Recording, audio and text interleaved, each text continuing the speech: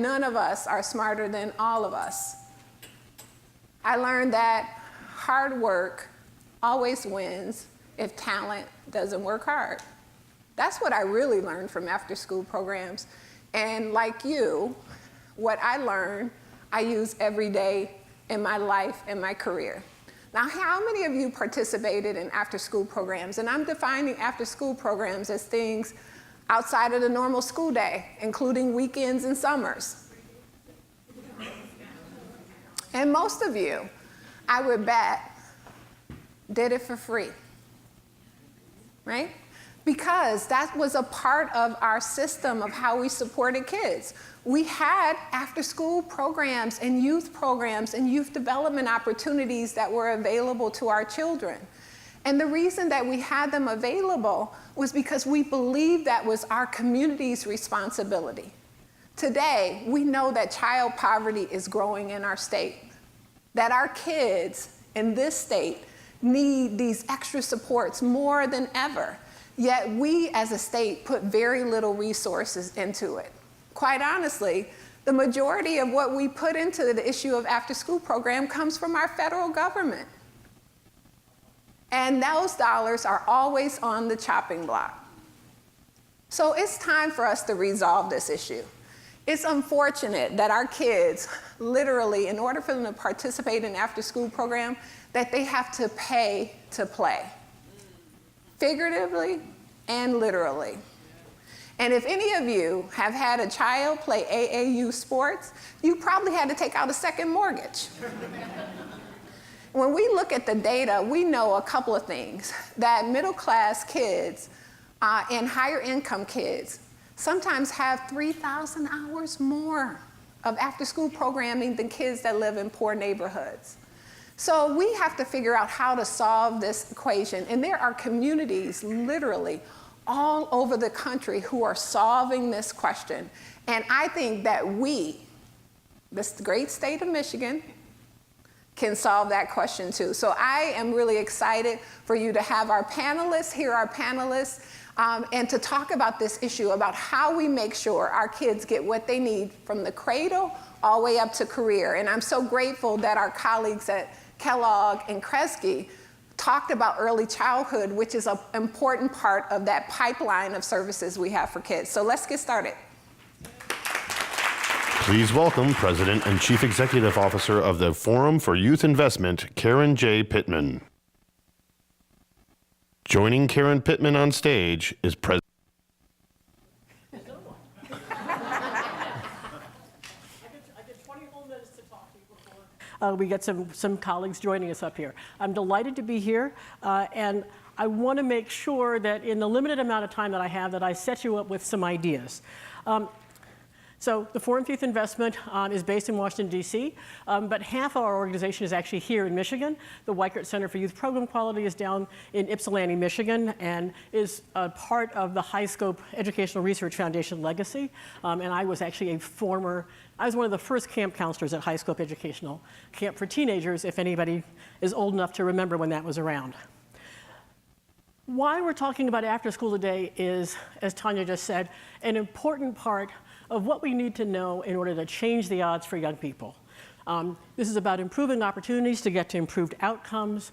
And I want to talk to you for a minute about why I use the word changing the odds. Because right now in our country, we have to move from talking about equality and talking about access and talking about completion to using a bolder set of words. We have to talk about equity. We have to talk about quality, which Tonya just mentioned. Access isn't enough. It's first, it's necessary, but it's not sufficient. And we really do have to talk about readiness if we're going to make sure that our young people are ready for post-secondary education, whatever path that is, ready for work and ready for life. So we have a bolder set of goals, and to do that, to really change the odds for young people, we have to figure out how to move those three words forward. So let me talk first about what the odds are, because we can't change the odds if we don't know what they are. I want to share with you a piece of wonky research that I think is very powerful. It was done by the Brookings Institute. It's called the Social Genome Project. Huge process to sort of develop this modeling system that had thousands of sort of individual pathways from birth all the way through to age 30 or age 35 that they pieced together from big data sets. The reason they did this was they wanted to ask the question, what does it take for every young person, even if they're born in poverty, to be middle class by middle age? We can come back to quibble over how they define middle class, but this is what the study did. What they found was that there are some basic determinants of what it takes for young people to be on track. And I'm not going to read them to you, they're on your screens. These are not surprising. They basically speak to the idea that young people have to have some basic educational foundation, and they also have to have social skills and social competencies. They build those early, and those really help them essentially not get into trouble later on, to stay on track. What they found, if you want to be glass half full, is that at every developmental stage, about 2/3 of young people are on track, and about 1/3 are off track. What they found, not surprisingly, is that when you break that down by race and when you break that down by income, young people who are young people of color, young people who are coming from more disadvantaged families, are less likely at every developmental stage to be on track. And the gaps get bigger as young people get older. We've done our best to keep young people on track in early childhood.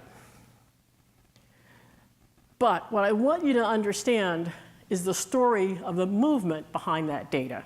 So we take those ideas of what it means to be on track at every developmental stage, we turn the data sideways, and we say, all right, I'm reinforcing this idea that about 2/3 are on track and 1/3 are off track, give or take 40% at every developmental stage.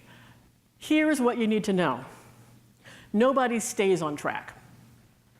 At every developmental stage, young people fall off. Right? We don't have a 100% guarantee that if you're on track in one stage, you move naturally to be on track in the next stage. Good news, the same is true for being off track. Being off track is not a life sentence. If you're off track, you can get back on track. So there is movement, significant movement across both. Why is that movement important for you to know? Often because when we think about social policies, we think about moving young people, getting programs to get kids off track, back on track, especially when we're thinking about adolescence. We think less about what it takes to have young people who are on track stay on track. And when you go into programs and you talk to kids, you actually know that sometimes that line is a fine line. I can be on track, and something happens in my family, something happens in life, and I start to slide off track. One of the things that you probably remember, since I know a lot of you put your hands up when you said, did you participate in after-school programs? Because these programs tend to start with relationship building, they are much more likely to know when young people are moving off track. And so we want to make sure they have the ability to help young people not slip, as well as have the ability to work with young people through relationship building and skill building to help them get on track. They play a role with both of those arrows. I just had the pleasure of being a part of this 2-year commission called the National Commission on Social, Emotional, and Academic Development that came out with a bunch of bold conclusions. One of their conclusions was that we are in a unique time, and I really do believe this. We often say we're in a unique time, but I really do believe we're in a unique time in which state and local policymakers have an opportunity to prioritize the whole learner. And we can do this especially because of the shift in state and local authority over education. And I want you to read that as education broadly defined. Not just K-12, but what we can do to really make sure our young people are learning in all the places where they spend time. Why this is important is that what the commission has done is to really sort of reinforce the work that was done a couple of decades ago, 2002. Community programs to promote youth development. We had the National Research Council, a part of the National Academy of Sciences, tell us what it takes to create good learning environments for kids. I won't go into the details, but trust me, huge, important piece. It gave folks in the after-school and youth development space a roadmap for saying this is what quality programs look like, and this is why they're important. This Nation of Hope came back to reinforce that, and it basically told us young people need to build social skills and competencies. They need to build emotional skills and competencies. They need to build cognitive skills and competencies. We often call those executive function, if you all know that language. All of those skills need to be built. All of those skills can be built throughout all of those years, from early childhood up to young adulthood. And we do that through programming. I like this slide a lot because it speaks in plain English. We spend a lot of time debating whether we want to call it social emotional learning, social emotional academic development, 21st century skills, life skills, soft skills.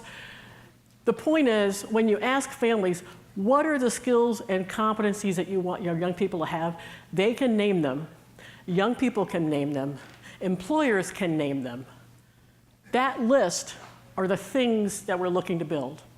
Yes, schools absolutely build this, but the more we have learning environments in which young people have the flexibility of picking what they want to focus on, what they want to master, what they want to explore, so that they have opportunities to use and practice these skills, get rewarded for these skills, have these skills named, and use them to good end, the more we are contributing to our future workforce and to our future citizens. So families have named what it is that they want young people to build, and when they go out to look for programs for their kids, they're often looking for programs that are building these skills. The other thing is that when we ask families, what do you want to call them? They said, just keep it simple and call them life skills. The rest of the stuff is too complicated. There is a demand. This is from the commission. We know teachers believe these skills are important. We know, as I just showed you, parents believe these skills are important, and that schools and non-school settings have a role in reinforcing the development of these skills. We know that students think these skills are important and that they think we don't spend enough time reinforcing them. And we know, which is really important, that 8 out of 10 employers think these skills are the most important for success. And we have lots of surveys that suggest that employers think high school graduates, so we focus on the idea of completion, but they say 4 out of 10 high school graduates are not ready to take their entry-level jobs because they lack these skills. So let's talk a little bit about what it takes to create equitable learning opportunities for young people. And let's talk about the power of settings. Now, you're all going to recognize this as a young person probably walking into a school, right? When that young person walks into school, they're not walking into one setting. They're walking into a setting in which there are many, many more doors. And every one of those doors can be a different learning environment. If I open up the cafeteria, that may be a hostile environment. I open up my math class, I may not be doing well in math. I open up the door to my art class, I love my art teacher. I really perform and use all those skills in that class. I participate in sports after school or an extracurricular club. That's another opportunity. So when we think about even that setting called school, we need to break it down and understand the multiple opportunities there are for young people to name, practice, and use these skills, not just in the context of academics. What we know from the science of learning and development, is that we can create the conditions of learning anywhere by using these 5 principles. First, we lead with relationships. Second, we create environments in which young people have a strong sense of belonging. Third, we pour in rich instructional experiences. That could be algebra, that could be car mechanics, that could be whatever we want. We pour in rich instructional experiences that challenge young people. Then we make sure we're providing individualized supports. Because we have those relationships that we're building with young people, we have an opportunity to see if they're learning, to monitor their experience, and to make adjustments. And then we are intentional about developing those critical skills that young people need to have, those skill sets, those mindsets, those habits. We're helping them develop them. Sometimes they're doing explicit teaching, but we're really doing more than that. The National Commission sort of put out this idea, which was very important. They had a distinguished group of educators from frontline teachers up to state superintendents who came back to reinforce what we know. But it was a big deal for them, and so I just want to share it quickly. Basically, we understand that learning happens in settings, right? We understand that, let me back up for a second. We understand that learning happens in settings, that influences the student's experience, and that leads to student outcomes. I put this up because we often skip over the student experience piece, and we just say, if we've created the place where learning is supposed to happen, all we have to do is wait and measure to see if the outcomes come out. What the science of learning tells us is that we have to focus on that middle space, that we don't know that we've created settings for learning until we've actually looked at young people's experiences and asked them, are you learning? Are you comfortable? Are you feeling safe and supported? Are you challenged? So, life skills are built in quality learning environments. They start with young people having a definition of success, which is about giving them a sense of agency, giving them a sense of identity, and making sure they have a broad set of competencies: academic, social, civic, emotional, etc. They're building those mindsets and skill sets. They're creating a sense of values, not just from their school and their communities, but clearly from their families. And they're developing a sense of self-regulation. The idea is that all of this happens because young people have a chance to act and reflect. Act and reflect. That's the measure of what we're looking for in any learning environment that we go into. If you stand in the back of the room, if you watch a video, and I ask you to grade that video, inevitably you're going to grade it higher if you see opportunities for young people to do the words going around that little yin-yang picture. They're acting and they're reflecting. And what the research tells us is it's both. If we don't give them time to reflect, they don't know those skills are important. Act and reflect. As Tonya mentioned, after school, summer, weekend opportunities, opportunities inside a school in those spaces that we don't count because they're not the official places where math and science are being taught, are all opportunities where young people can be learning and practicing this broader set of skills that are so important for life readiness and for workforce readiness, but young people don't have equal opportunities to do it. Too many young people are waiting, and those are young people who are from lower income families. Those are from young people whose communities don't have natural access to these programs, and they're from disproportionately young people of color. This doesn't mean that we don't have good things out there. It just means that we need more, that we need to scale. We need to look at what we have and make it happen. Why is this important? I know you're worried about academic success, as you should be. I want to remind you that building these basic environments in which young people feel safe and supportive, that are relationship driven, that are giving them opportunities for choice, and doing all the things that we would call sort of positive youth development, it makes a difference. This is a quick slide showing you, done by the Weikert Center down the road. Let's look at programs. These are summer programs for young people who were behind in math and reading. And so they were being taught math and reading, but they were being taught math and reading combined with a positive youth program. The programs that had created a high quality learning environment, like what I just described, got significantly higher gains in math and reading than the programs that didn't, right? And again, a reminder that definition of quality was about the quality of the learning setting. Again, I won't read you the list because we're running out of time. So my conclusion and my suggestion for you is that we need to, as communities, you need to, in Michigan, acknowledge the contributions and the progress that you already made in broadening the definition of where and when learning happens. In schools and out of schools, in the summer and during the school year, on the weekends. We can broaden the definition of where learning happens. And again, when we say in schools, we've got important community partners like Playworks coming into your schools during the school day, using that dead time called recess to help young people build these skills. This isn't a school out of school. It's really taking full advantage of naming all the settings where learning could happen and maximizing those settings. The SEED Commission recommends that we have a clear vision of a whole learner, the whole child, that we look at this broad array of learning settings, that we focus on social, emotional, and cognitive skills, that we actually build more adult expertise in child development, not just content, but in child development, that we align these resources across these system lines, and that we really bring our research into practice more forcefully. And under every one of those recommendations, there's a clear message about what we need to do for after school and community partners. So I'm going to leave you with this basic idea that from an equity perspective, it's important to acknowledge all the barriers that young people have. The playing field is not level. The structural barriers are not even for young people. We need to create opportunities by taking down the fences, and blurring the lines between school and after school is one way to take down those fences. But reducing the barriers isn't enough. We have to really have a strong definition of readiness that involves this broader set of competencies so that our young people aren't just watching the game, they're in the game. So thank you for that. And with that, I'm going to invite I won't invite our folks up, the voice. Joining Karen Pittman on stage is President and Chief Executive Officer of Michigan's Children and former state representative, Matt Gillard. And President and Chief Executive Officer of United Way for Southeastern Michigan, Darienne Driver Hudson. Great. We're ready. All right. Okay, so Matt, let's start with you. Sure.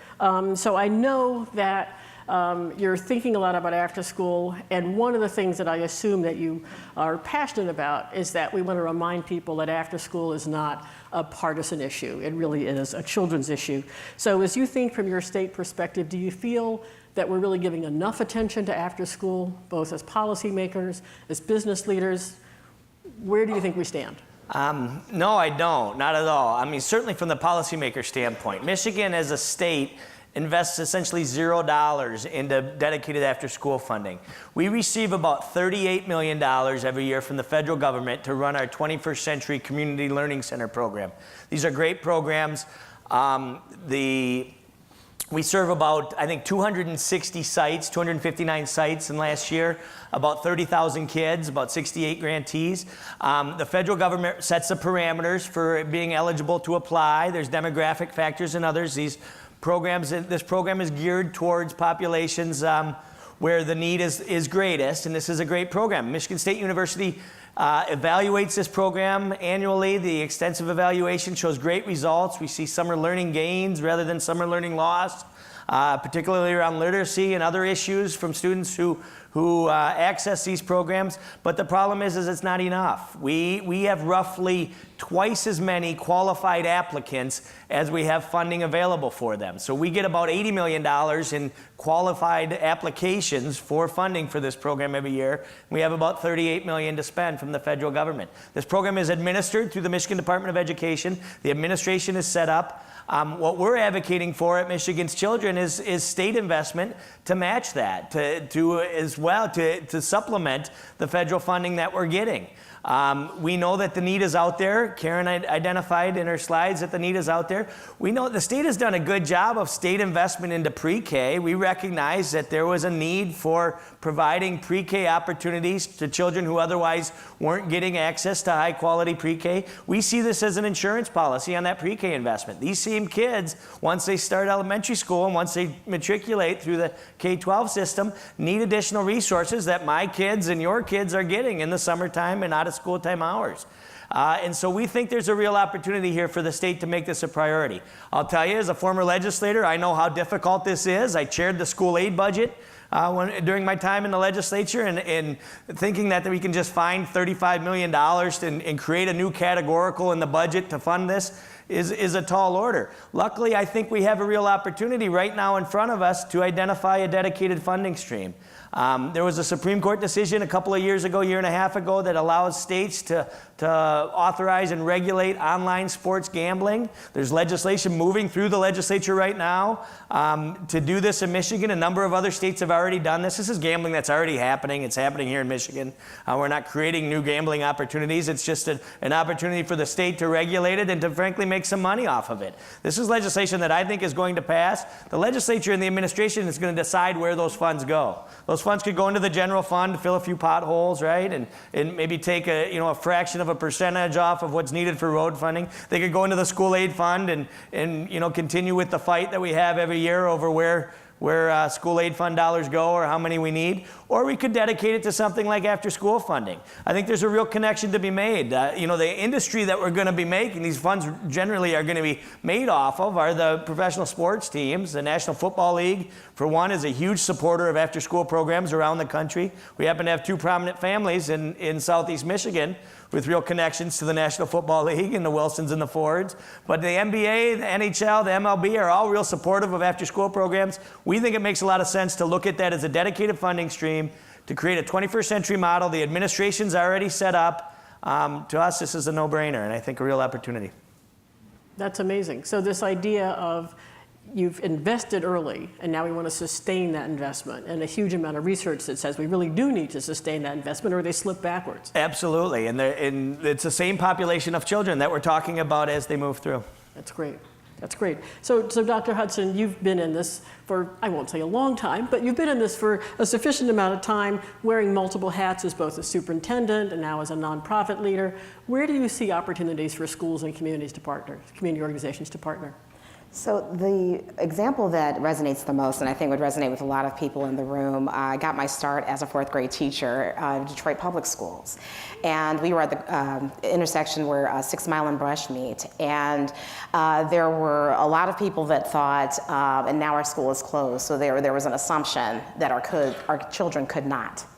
But we were able to partner with the Detroit Police Athletic League. We started a basketball program, and I was the cheerleading coach. And who knew something as simple as cheerleading could help bring inspiration, nurturing, safety, hope, and education to a community that deserved it and also needed it. And when I think about the results that we were able to attain through something, again, as simple as cheerleading, that's what I've always kept in my mind and my heart. And this was early 2000s when I was here. And so transforming now to being a superintendent and then being president of the United Way and thinking about how our communities have to come together. Nelson Mandela has a quote: "You can tell how the way a country feels about its children, you can tell what a country believes by the way it treats its children." And I think, the fact that we don't have a funding stream for after school is really telling. In the state of Wisconsin, recreation is one of its core values, and so there was something created called Fund 80 that was extension funding that gave school districts the ability to levy taxes outside of the revenue limit. And that's how we were able to create so much change when I was superintendent there for 4 years. And these are issues of equity. When you talk about driver's license attainment, we had an incident of civil unrest where the community came together, and at the heart of it, it was around our youth and asking them, what do you need? And they told us, we have to be willing to listen. That's something we don't do when we come together as partners often. We have to listen to what our districts and our students are telling us, and they said, we need safe places to gather that are fun, that are places where we can learn, where we can get these opportunities that you were just talking about in your presentation. And so when I think about the opportunities that we have to be able to come together, we have to ask our districts, and I'm so glad we had an opportunity to listen to Dr. Vitti and the needs that they have in the system and the progress that they've made, but being willing to ask, figure out how we can align our resources once we start to hear what those needs are, not just always coming in with thinking that we have those solutions, but then advocacy is mission critical in the way that we're partnering. And one of the things I'm most proud of in being a part of the United Way is a program that we have called Building Foundations. And it's all around, it's a partnership with Wayne County, but the name on the front's more important than the name on the back. So we don't say, oh, this is a Wayne County United Way thing. It's Building Foundations. And it's a program that's really focused on prevention for youth in the juvenile justice system. And we have to have that attitude. That's got to be our mantra in putting our children first and putting the needs of our communities first, not always the hat that we want to wear as partners if we really want to be able to see the progress that we're looking for. And again, you've heard equity over and over again, and I think really truly remembering at its heart that these are issues of equity, they are issues of safety, but also inspiration.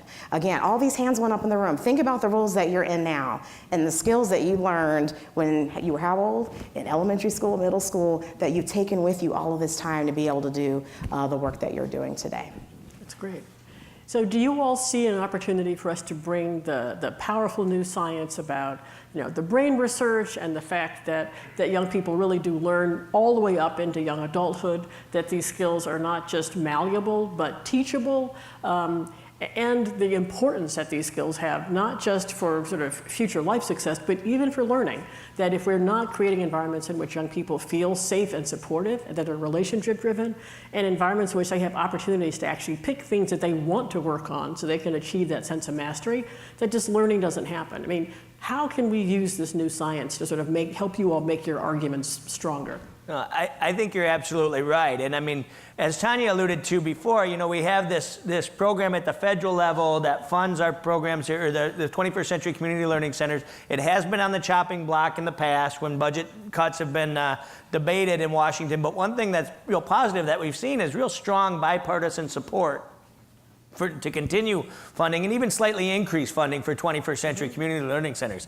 And the reason for that is a lot of what you've talked about, is that there is recognition that these programs are important. And I think a lot of the bipartisan support drives from the business community, and the business community recognizing, as your data suggested, that these life skills and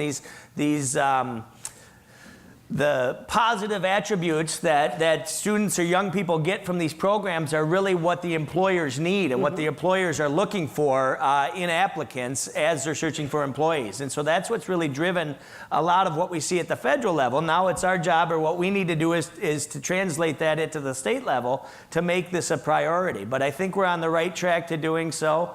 I think we can easily make that case. Another, I think, real positive of the 21st century model is that it does require a community-based partner. So most of the time what we see in these programs in Michigan is a local Boys and Girls Club or a YMCA partnering with a school district or a school entity to run these programs. And that's not just the school doing it all themselves. It requires this community partnership, which from a legislative standpoint is something that's easier to support a lot of times. And we think we can make the case. The one other thing specific around creating a Michigan program that I think would be helpful is, the 21st century program is dictated by the federal government, so the requirements to be eligible are set by them. Well, we have unique situations. Where the program is geared towards neighborhoods or communities of poverty and other things, but we have unique situations in Michigan that we know of where communities for other reasons may not be eligible to apply for 21st century because some of the criteria that's been set. Well, if we had our own Michigan program, we could adapt those criteria so even more communities would be eligible to apply where we know there is the need and where there isn't, frankly, publicly funded after school or out of school time programs now. That's great. So I think about research, and I also think about data and how they come together. And so oftentimes, as educators, we use ed speak and people they get turned off. They don't quite understand what we're talking about. But we have real-time data right in front of us. Our state is 41st in literacy, and there are a number of reports that have been coming out, and it's 35th here, 46th here, 40. I mean, there's enough data in front of us that tells us that what we're doing isn't working. And it behooves us to figure out how do we get our arms around, they used to call them soft skills. I really hate that word. They're essential skills, they're life skills, they're the hard skills that you need, the fiber that makes us who we are to be able to be successful. And I believe that if we can start being more proactive with what the data is telling us, and again, figuring out how we bring resources together to start honing in one issue at a time. We're not going to be able to boil the ocean all at once, but again, if we can just take one issue, and just to give something really concrete very quickly, I mentioned driver license attainment. So at the time, Milwaukee County, 75% of white 18-year-olds had their driver's licenses compared to 18% of African American and Latino 18-year-olds attaining their driver's licenses because that funding had been cut and it had gone away. And so we were able to use extension funding, the community college contributed resources, the city contributed resources. We also had some state dollars that we were able to acquire through our CLCs, and we were just able to start building a program called MPS Drives. Now we have 3,000 students a year. They're getting their learner's permits, and they're starting to get their driver's licenses. And you think about, a driver's license, yes, you needed to drive, but you needed to vote. You needed to attain credit. You needed for so many other things than maybe what the little card would suggest. And so I think we have to be willing to take some of these hard facts that are right in front of us, and again, figuring out, look who's in the room, all of these different players who are in the room who can come together and start to really contribute in a way that's gonna help us get those results. I've been stopped by so many people and they're saying, United Way, what are you gonna do? We've got all of these jobs available, but people don't have the skills they need. What are you gonna do? And I keep saying, okay, what are we gonna do? What is our joint strategy going to be to help make the change that we want to see in our community? That's a powerful example. I love that example of the driver's license. It's just a very simple but powerful example of what happens when we're so focused on sort of academics that we've cut critical things out of our formal or informal education system. That means that young people are less ready to take jobs, to be prepared for jobs, to be sustained in those experiences. That would be the same for summer youth employment. There's so many opportunities that we could name. I see we're coming up on the 15-minute mark, so I'm going to ask you one last quick question and then turn to Tonya. One of the things that you mentioned, Matt, is that this is Boys and Girls Clubs, it's the libraries, et cetera, that we need these community partners. And those community partners come in so many different sizes and shapes and stripes and names, often from different systems. What can we do to both appreciate the array of partners, but also bring some logic to it, so this doesn't feel nice but not necessary? Yeah, well, I think a big part of that is holding them to standards, right, and accountability. And that's one of the benefits of the 21st century model as well, is that there are standards and there is accountability with the program.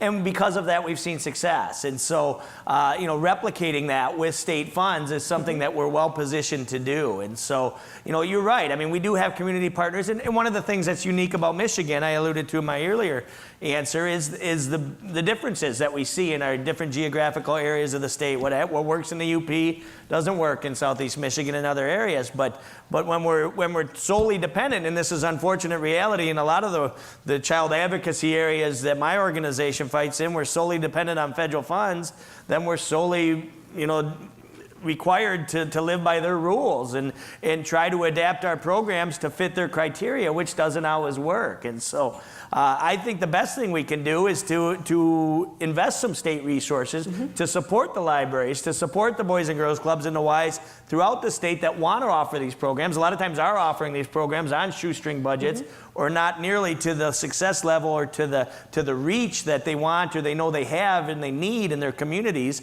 because they are not getting public support. And so, I think that the evidence speaks for itself. We think there's a real opportunity. We think that, even a lot of the political arguments that would be against some of these, something like this, an initiative like this, we can rebut rather easily with this specific situation. So I think that's the biggest way to support these communities is to identify some public resources so that they can do their jobs, what they want to do. That's great. We've got a couple of minutes if there are questions out in the audience or comments.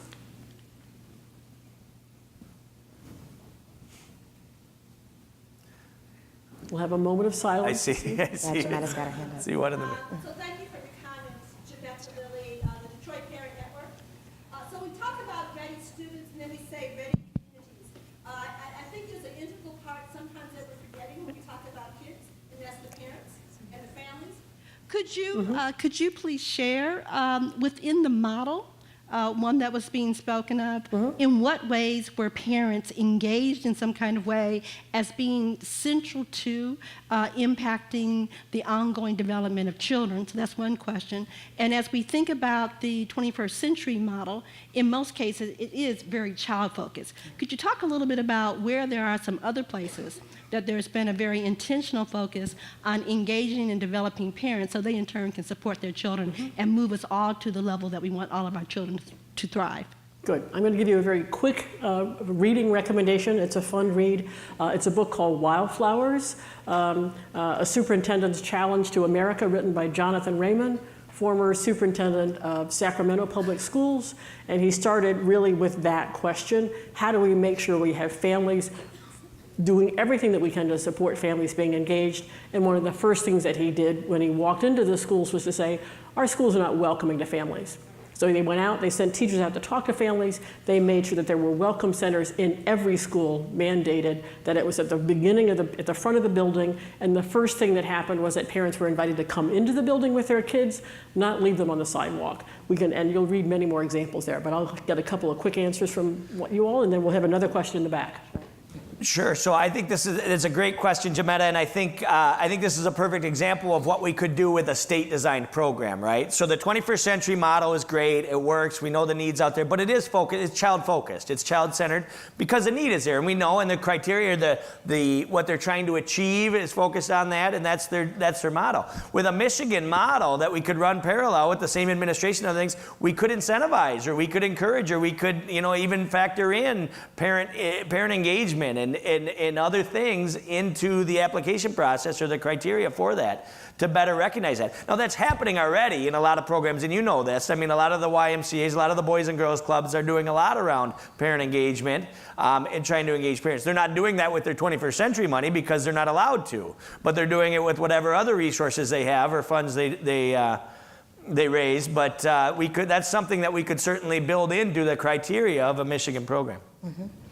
I would also just add, I think there are a number of different models. So for example, we're working with Pontiac, hopefully being able to launch a community school in Pontiac for the next school year. And that's a model where really it's this one-stop shop for families and their children. And so think of having a dental clinic, on-site immunizations for children and their families. There's adult literacy programs, financial literacy, job readiness programs that you can put right into the school where it becomes lighthouse, if you will, of support for a community. But also with United Way, we have programs for early childhood as well as programs for workforce development. And so we were just given a grant from the state where we're the lead agency for Southeastern Michigan now in coordinating the early childhood support network.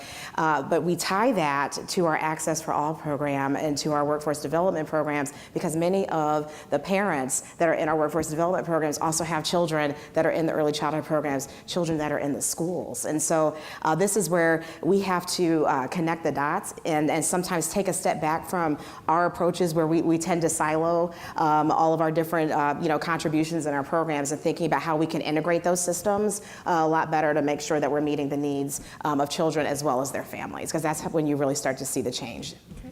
Back of the room. Hi, my name is Michael Williams, and I'm president of Origins Children's Services. I think with a couple of things that I would like to emphasize. I think we need to quit saying after school as much as we need to say community building programs, because there's a narrowness when you talk about school for 6.5, 7 months, but these children need to be learning all year round.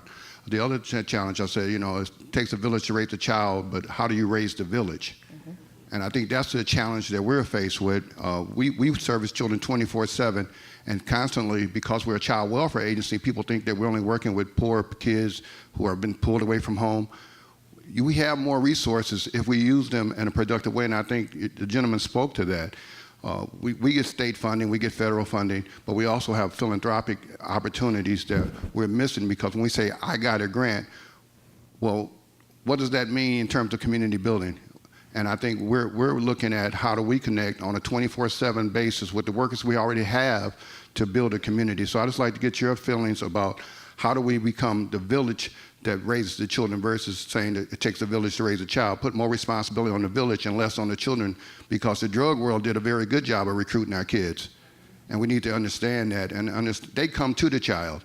And so we got a 24-hour service 24/7-hour service that we're not maximizing because we're already in place, and it wasn't cost a lot more to service these children in a productive manner. So if I could give a previous example, because I think it's something that's very vivid that everyone can really get their arms around. This was August 2016 in Milwaukee. There was civil unrest. Police officers shot an unarmed black man. Actually, both of the men were black. Both of them were Milwaukee Public School students or graduates. And the narrative was the city's on fire. Those MPS kids are out of control. And it was in a neighborhood that happened to be one of the most diverse historic neighborhoods in the city, Sherman Park, and one of the few places in Milwaukee that was actually integrated. I hate to use that term, but that was the reality. But the narrative that was put out was, these kids are out of control, the north side is on fire. And the first step that we had to take as a school district and as a community was to start to ask the people who live there every day, who live there peacefully for decades, what is it that we can do, not only to make sure that this doesn't happen again, but to make sure that we can bring that feeling of community back. And we listened to what they said. It started with our kids. They said, we need safe places to gather. And talking to the community, they said, that's great that you showed up, that there's been a crisis, but are you going to come back tomorrow? Are you going to come back the next day? And so with the churches, Boys and Girls Clubs, our community foundations, everyone, it was the gut check that you never want to happen in your city, but it was the realization that we had been going about a lot of this the wrong way and thinking that if we just had a handful of these staple programs that we would be able to solve all of our community's problems. And that was not the case. But it shook us in a way where we were able to put the egos at the door and start to really put building blocks together and how we were going to rebuild our community.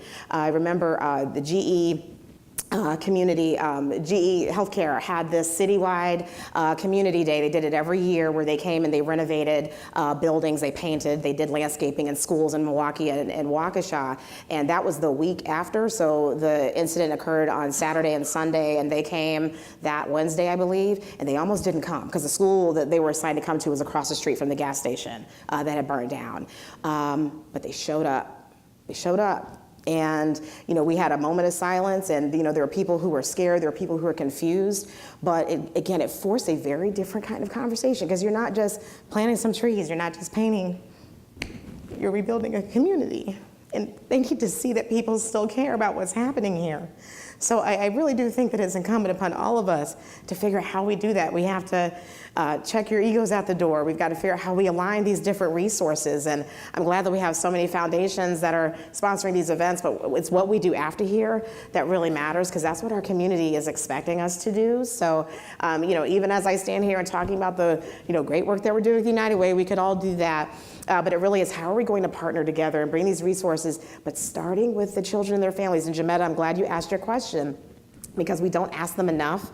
We tend to think we have the answers and say, here, go do this. But we have to take that step back and really be willing to ask those tough questions, because I don't want us, you know, brought to our knees because of an incident of that nature. The city has been through that before, and I want us to be able to do that, because we know it works well for kids. We know what experience has helped us get to the place where we are today, and that's the assurance that we are here to give and provide to our community. I think that's I'm going to check quick. One more question? All right. I know where you are. I was just checking to make sure we have time to do it. Yes. I'm Barry Ford, president of Council for Strong America. Thank you for the presentation. It's incredibly important. What I'd like to ask each of you is, what's the advocacy effort at the state level to get the new resources at the state level to make this happen? I mean, what's the campaign like? How are you organizing? How are you involving communities? Sure. So I'll start. So the Michigan Afterschool Partnership, is MASP, is our Mott-funded organization that kind of advocates on behalf, generally, of after-school programming. Back to the previous question for a while, we've also, from a messaging standpoint, struggled with after-school, summer learning, expanded learning opportunities, I think, is the best that we've come up with from a messaging standpoint, but it's a challenge.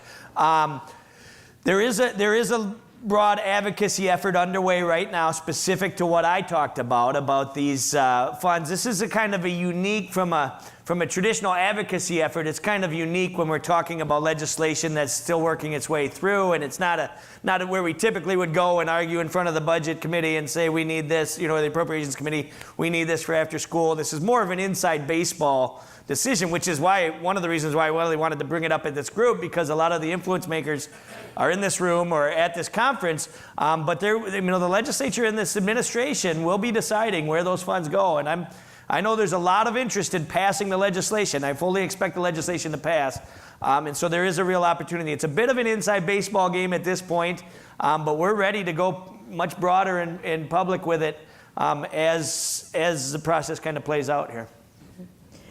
So our advocacy work is really rooted in a study that's been ongoing since 2010 called ALICE. It's Asset Limited, Income Constrained, and Employed. So it's a study that's really focused on our working poor and households that are unable to meet their most basic needs. So in our state, that number continues to grow. In 2 years, it went from 40%, now we're at 43% as a state of our households that are unable to meet their basic needs. That includes education, that includes childcare and transportation and housing, technology, and taxes, and so in health. And so when we talk about advocacy for the whole child and their families, all of those different elements have to be in play. This is an issue that is affecting our entire community, and I heard it in the previous session. This isn't just a Detroit problem or a Pontiac problem. This is an issue that's affecting our entire state, and we have a large number of communities right in our region that are impacted by abject levels of poverty. early. And so when we talk about the needs, and this is where the research comes in, and talking about early childhood, the affordability of child care, and also those who are providing those services, that really is anchored in our advocacy efforts around out of school time. That's what I use, but I've been told it's Ed Speak, so I try to find another way. But again, these are issues when you talk the safety net, how we keep our children safe, how we make sure that they have that passport to a brighter future. It really does start with those experiences that help make sure that they're well-rounded. And so, again, our advocacy is really rooted around this ALICE study, but it really paints the narrative of the why and how all of these different factors that are impacting families on a daily basis have to be working. We've got to be supporting them with some kind of synchronization if we're going to be able to provide our children with the educational experience that they deserve. Wonderful. And I think across the country, we're seeing that advocacy efforts are doing the kind of things you said, really trying to connect the dots between things that support children, things that support families, things that address income, focusing on where we really can put dollars into programs and organizations that really sort of can help the community knit things together, but recognizing, as was said in the back, young people don't grow up in programs, they grow up in communities. So how do we connect the dots between those? So with that, I'm gonna thank you all for joining us on this brief panel and turn it back over to Tonya.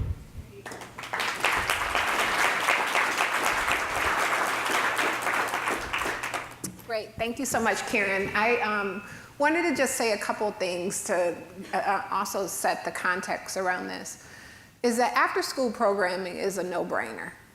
I mean, it really is. When we asked people in Southeast Michigan whether or not they thought that as a state or as a region that we really should support after-school programming, 72% of voters said absolutely yes.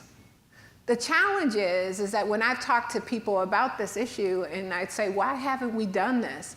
What they say is that there hasn't ever been political will to push this. Because when we look to our politicians, they have political will to push other issues. So it might be economic development, it might be things that are related to land, it might be related to funding of systems. And it's not that they disagree, they all believe that this is an important issue.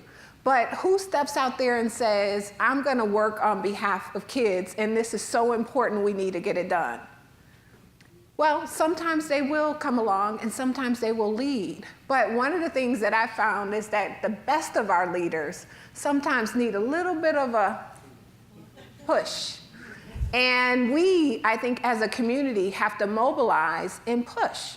We have to be courageous in this moment and say that if our city, if our state is going to recover, it's going to recover because our children are doing well, and that it will be sustainable and it will be a resilient recovery, and a recovery for all, not just for some. So I just want to share that with you, and then I also want to just make a couple other quick notes. Our after-school system, if you want to call it a system, is extraordinarily fragile. Mm-hmm.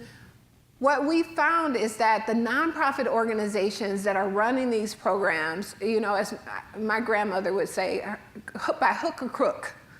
Like whatever it takes, they're doing it to put the care of meaningful adults in the lives of children. It really does require more than that. We can't leave this to chance. And particularly, I'll just give you one quick thing. In Detroit, we know that 60% of the kids live in poverty. 60%, you heard me.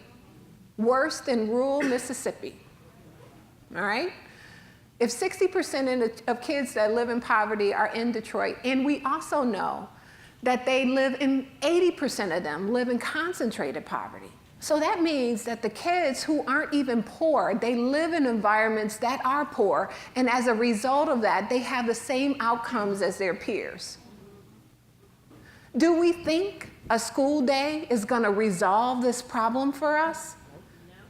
No. Learning happens after the bell rings too. And we have to make sure that we really wrap our arms around them if we really want to change the trajectory of our city and the trajectory of our kids so that they can prosper. So I just want to thank our panelists for this. I want to thank all of you for your interest. So as you go around today, tell them after school matters. And if you talk to a legislator, say to them, are you talking about when are you going to support the gambling? Online sports betting. Online, whatever. Say it again, because I don't have the right language. Yeah, say it. They know, yeah, What should they'll they get say? it. What should they Online say? gambling. Online sports gambling. betting.